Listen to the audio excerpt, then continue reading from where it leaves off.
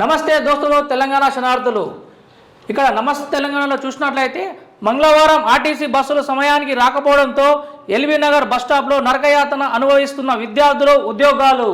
ఇది ఒక ఎల్బీ నగరే కాదు, తెలంగాణ రాష్ట్ర వ్యాప్తంగా కూడా ఇవే సమస్యలు ఉంటున్నాయి. ఏ బస్ స్టాండ్కు పోయినా ఎక్కడికి పోయినా మొత్తం పడిగాపులు కాస్తున్నటువంటి పరిస్థితి ఇక్కడ తెలంగాణ వ్యాప్తంగా మనం చూడొచ్చు. ఏ ప్రధాన రహదారులే కావచ్చు, నేషనల్ హైవేలే కావచ్చు, మారుమూరు గ్రామీణ ప్రాంతాలే కావచ్చు, బస్సుల కోసం పడిగాపులు కాస్తున్నారు. కాలేజీ విద్యార్థులు తీవ్రమైన ఇబ్బందులు ఎదుర్కొంటున్నారు.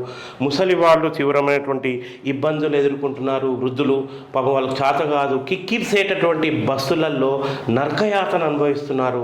అంటే ఏంది కారణం? ఒకవైపు ఫ్రీ బస్ అని చెప్తూ, మహిళలకు ఉచిత బస్సు అని చెప్తూ ప్రకటిస్తూనే బస్సులను తగ్గించినట్టు ఇవాళ కనిపిస్తున్నది.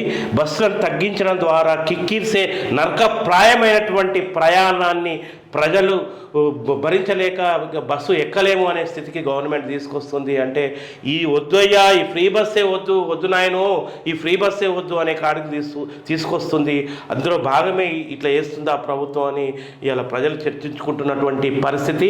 తక్షణం రేవంత్ రెడ్డి గారు, మీరు ఎట్లాగైతే మీ ప్రభుత్వం, కాంగ్రెస్ ప్రభుత్వం ఫ్రీ బస్ అని మహిళలకు ఇచ్చారో, కానీ బస్సుల సంఖ్య పెంచాల్సినటువంటి అవసరం ఉంది. ప్రజలు మొత్తము చూస్తున్నారు. పిల్లి పాలు తాగేటప్పుడు ఏమనుకుంటుంది అంటే ఎవరు చూస్తలేరు, గమనిస్తలేరు అనుకుంటుంది. మీ ప్రభుత్వం ఏదైతే కుట్ర చేస్తుందో, కుట్రనే అనాలిగా, కుట్ర చేస్తుందో ఆ కుట్రను ప్రజలందరూ గమనిస్తున్నారు. అసలు బస్సులలో అయితే తిడుతున్నారు. బస్సుల సంక్షేమం పెట్టకుండా ఫ్రీ బస్ అని పెట్టి ప్రజలను ఇన్ని ఇబ్బందుల పాలు చేయడం అయితే చాలా వర్ణాతీతం. ఈ తక్షణం బస్సులు పెంచుతావా, బస్సులు పెంచి ఫ్రీ బస్సు సంక్షేమాన్ని అమలు చేస్తావా అనే విషయము తెలుసుకోవాల్సినటువంటి అవసరం కాంగ్రెస్ పార్టీపై ఉన్నది. తక్షణం ఈ సమస్యను పరిష్కరించాలి. లేకపోతే ఇట్లాంటి ఉచితాలతోని వాళ్ళకు నరకం చూపించి ఈ సంక్షేమం వద్దు అనే కాడికి తీసుకోవడానికి ఏమైనా ప్రయత్నాలు జరుగుతున్నాయా? మరి ఆ ప్రయత్నాలు జరిగితే మరి రానున్న జిహెచ్ఎంసీ ఎన్నికల వరకు ఉచిత బస్సులు కొనసాగించి ఎన్నికల తర్వాత ఎత్తేసే ప్రయత్నాలు ఏమన్నా ఉన్నాయా? అట్లాంటి ఏమన్నా ఆలోచన ఉన్నదా? మరి ప్రజలను ఇబ్బంది పాలు చేయకు. ఎందుకంటే ఇక్కడికి పోవాలన్నా అత్యవసరమైనటువంటి పని ఉంటుంది. అత్యవసరమైనటువంటి పనికి పోయేటప్పుడు వాళ్ళు బస్సులలో నరకం అనుభవిస్తున్నారు. తొందరగా ఇటువంటి సమస్యల నుంచి విముక్తి చేయాల్సినటువంటి బాధ్యత ప్రభుత్వంపై ఉన్నది. ఇవాళ ఇటువంటి సిచ్యువేషన్ ఎక్కడ కనపడ్డా మీడియా మొత్తం మిమ్మల్ని ఎండగట్టేటటువంటి పరిస్థితి ఉంటుంది. కోటలు కొట్టు, చలాన్లు పెంచు.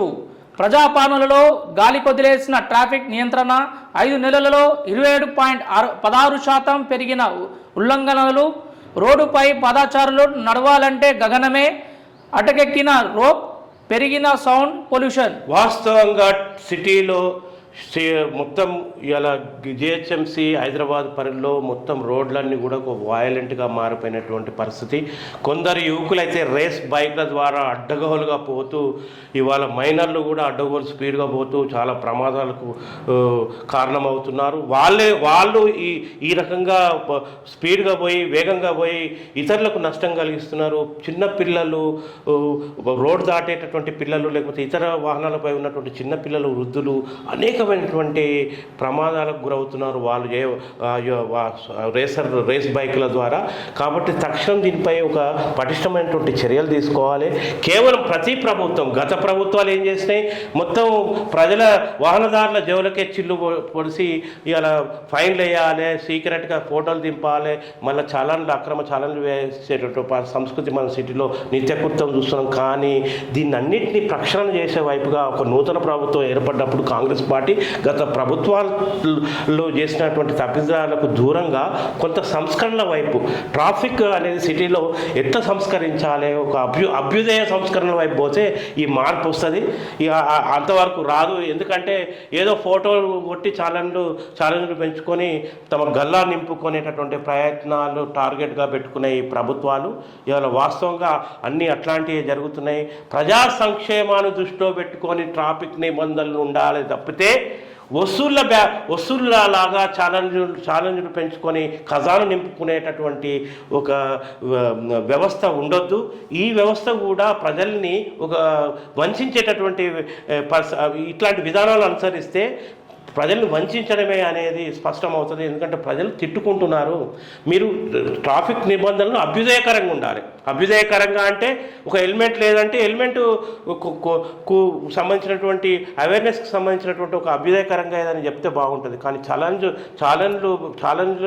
ఛాలెంజ్లను పెంచుకుంటూ పోయి మొత్తం ట్రాఫిక్ను అస్తవ్యస్తంగా మార్చడం ద్వారా రోడ్లన్నీ వైలెంట్గా ఇలా మారుతున్నటువంటి పరిస్థితి. కాబట్టి ట్రాఫిక్ నిబంధనలు ఉండాలి, కానీ అది ఒక పద్ధతిలో ప్రజా సంక్షేమాన్ని దృష్టిలో పెట్టుకొని ఉండాలి, కానీ ప్రజల జేబులకు చిల్లు పడే విధంగా ఉండకూడదు అనేది సారాంశం. మొక్కలు నాటి సంరక్షించాలి. ఎమ్మెల్యే చెర్లపల్లి డివిజన్ కుషాయిగూడ ప్రభుత్వ పాఠశాలలో విద్యార్థులు ఉపాధ్యాయులతో కలిసి మొక్కలు నాటుతున్న MLA Bandaru Lakshma Reddy.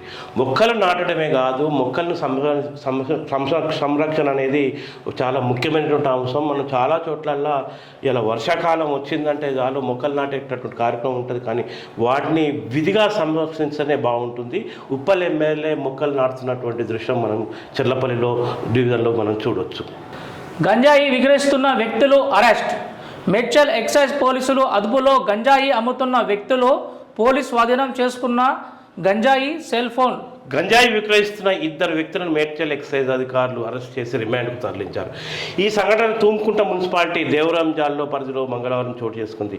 Medchal excise inspector M నవనీత కథనం ప్రకారం తూముకుంట మున్సిపాలిటీ దేవరంజాల్ పరిధిలోని ఒరిస్సాకు చెందిన శంకర్ బాగ్ సీబా కీలా గంజాయిని విక్రయిస్తున్న సమాచారం మేరకు మేడ్చల్ ఎక్సైజ్ అధికారులు దాడులు నిర్వహించారు. ఈ దాడిలో 2 వ్యక్తుల నుండి 3.5 కిలోల ఎండు గంజాయి 2 సెల్ ఫోన్లు స్వాధీనం చేసుకున్నారు. వాస్తవంగా సిటీలో గంజాయిని అదుపు చేయాల్సినటువంటి అవసరం ఉంది. గ్రామీణ ప్రాంతాల వరకు విస్తరించింది. మొత్తం చాలా మటుకి ఒక యువతరము వీటికి బానిస అయ్యారు. ఇవాళ బానిస అయ్యారు. వాళ్ళు రకరకాల మానసిక రుగ్మతలను ఎదుర్కొంటున్నటువంటి పరిస్థితి.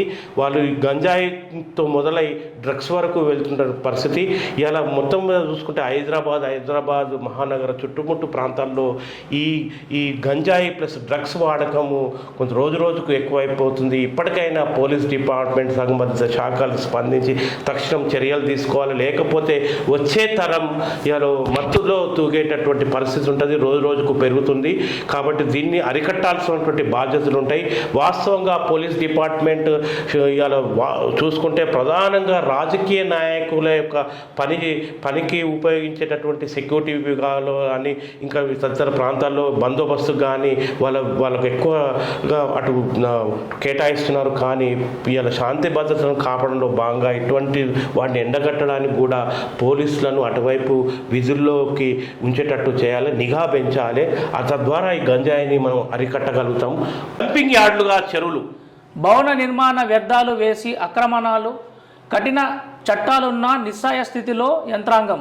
అల్వాల్లోని చెరువులు చెత్త పారబోత కేంద్రాలుగా మారిపోయాయి. చెరువుల్లో గట్టుపై చెత్త పారబోతుండడంతో ఆ ప్రాంతం దుర్గంధమయంగా మారుతుంది. మరోవైపు డంపర్ బిన్లను ఏర్పాటు చేయడంతో కొందరు ట్రాలీలపై చెత్త తీసుకొచ్చి మరీ అక్కడ పోషిస్తున్నారు.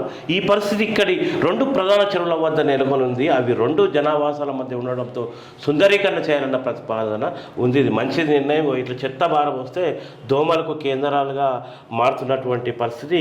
ఈ వార్త అల్వాల్ నుంచి మనకు ఉంది. పెరిగిన శునకాలు, ప్రజలు బేజారు.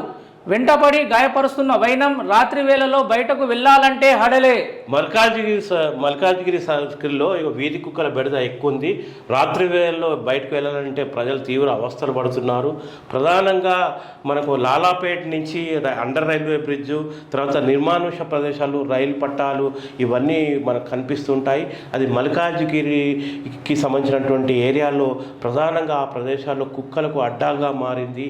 అక్కడి నుంచి రాత్రిపూట వివిధ బస్తీలకు ఆ కుక్కలు ప్రవేశించడం ద్వారా ప్రజలు వెళ్ళాలంటేనే చాలా తీవ్రమైన ఇబ్బందులు పడుతున్నాయి. అవి దాడి చేసి గాయపరుస్తున్న పరిస్థితి. ఒకేసారి ఒక 10 కుక్కలు ఒక మనిషి చుట్టూ చేరి భయభ్రాంతులకు గురి చేస్తున్నటువంటి పరిస్థితి. ప్రభుత్వం వీటిపై చర్యలు తీసుకోవాలి. ఇటువంటి విషయాల్ని అరికట్టాల్సిన బాధ్యత GHMC వెటర్నరీ అధికారులపై ఉంది.